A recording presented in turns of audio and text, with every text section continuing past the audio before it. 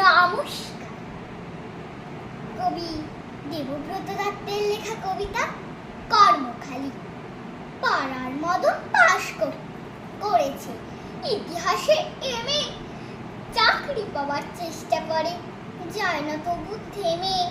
মদন পেল গোপন খবর আলিপুরের জুতে, কোন মানুষের চাকরি আছে জানতে গেল ছুটে। কোন মানুষের মুখোশ পরে থাকতে হবে খাঁচায়, মাইনে পাবে 700 টাকা, খাবার পাবে যা চাই। বেকার মদন অনিচ্ছাতেও চাকরিখানা নিল, দর্শকরাও বেজায় খুশি, দারুণ মজা পেল।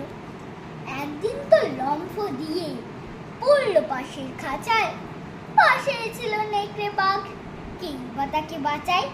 হালুম করে বাঘ বাবাজি যে তুলেছে ধাবা, কোন মানুষ চেঁচায় বিষম, মরে গেলুম বাবা।